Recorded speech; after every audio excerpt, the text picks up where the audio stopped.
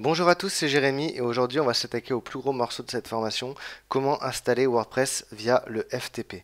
Vous allez voir, il y a juste à suivre la vidéo et ça va être vraiment simple, il n'y a pas besoin de connaissances techniques particulières.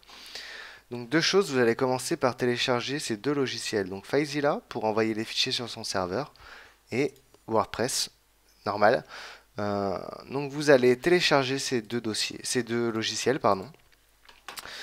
Une fois que c'est téléchargé, vous allez vous rendre sur SFTP et FTP. Donc SFTP, ça va vous permettre d'augmenter la sécurité de l'envoi sur votre serveur, ou FTP normal. Moi j'utilise le FTP normal, j'ai jamais eu de problème. Après, vous pouvez faire la même manip exactement avec l'un comme l'autre. Vous cliquez sur envoyer, vous allez recevoir un mail, vous allez cliquer sur ce mail, du moins pour one.com. Après avoir cliqué sur ce mail, vous allez avoir une demande de changement de mot de passe, enfin de créer un mot de passe. Vous créez votre mot de passe et c'est tout bon. Vous allez ensuite sur votre client FTP. Hop, je supprime juste ces deux dossiers parce que j'ai enregistré précédemment. Hop, alors, vous allez rentrer votre hôte. Donc vous faites le copier. Hop, je vais mettre les deux fenêtres comme ça, ce sera plus simple. Vous copiez-collez votre hôte là. Votre identifiant, donc vous le mettez là, votre mot de passe que vous avez créé suite au mail que vous avez reçu, et soit vous mettez 21, soit vous laissez par défaut. Le port par défaut est toujours 21. Une fois que vous avez téléchargé votre fichier WordPress, vous allez, donc vous l'ouvrez, vous le dézippez. Hop, alors, juste, voilà. Ce dossier-là, vous le mettez sur votre ordi. Moi, il y est déjà, il est là. Donc, vous retournez sur votre logiciel FileZilla, vous ouvrez ce dossier, vous sélectionnez tout, ou vous faites CTRL A, et vous glissez déposer. Hop. Donc là, vous avez 1500 fichiers qui se téléchargent sur votre serveur. Donc moi, je vais mettre en pause et je vous reprends tout à l'heure. Et voilà, je suis de retour. Donc comme tous les fichiers ont été envoyés sur le serveur, vous voyez, il n'y en a plus en file d'attente. Tout est téléchargé sur le serveur. On va voir comment installer son site. Donc je vais fermer ces deux onglets. Hop, vous allez mettre l'adresse web de votre site. Donc moi c'était v2foot.com.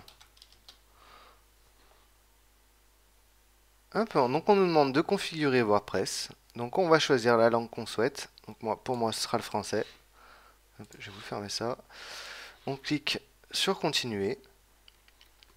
Donc là on va configurer sa base de données. On clique sur c'est parti. Alors, comment ça marche? Vous retournez sur votre panel admin de one.com ou d'un autre si vous êtes chez un autre hébergeur. Vous allez sur PHP et base de données. Vous allez prendre le premier nom, donc base de données. Vous allez le mettre ici à la place de WordPress. Vous allez le mettre ici à la place d'utilisateur. Vous allez sélectionner votre mot de passe. Donc là, j'ai cliqué là pour l'afficher. Je fais copier-coller. Donc je le mets à la place. On laisse par défaut l'adresse de la base de données et les préfixes des tables. On clique sur valider. On lance l'installation. On va choisir le titre du site. Donc moi, je vais mettre V2Foot. L'identifiant, je mets Jérémy. Et là, je vais mettre un mot de passe.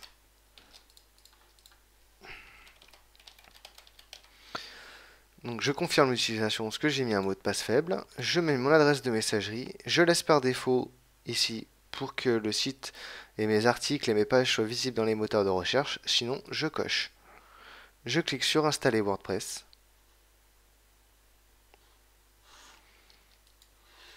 Je me connecte. Et j'ai accès à mon site tout simplement. Donc ça revient au même que d'installer WordPress en un clic, sauf que c'est un peu plus compliqué. Ça nécessite l'installation de deux logiciels, donc du CMS WordPress et de FileZilla. mais ça revient strictement au même.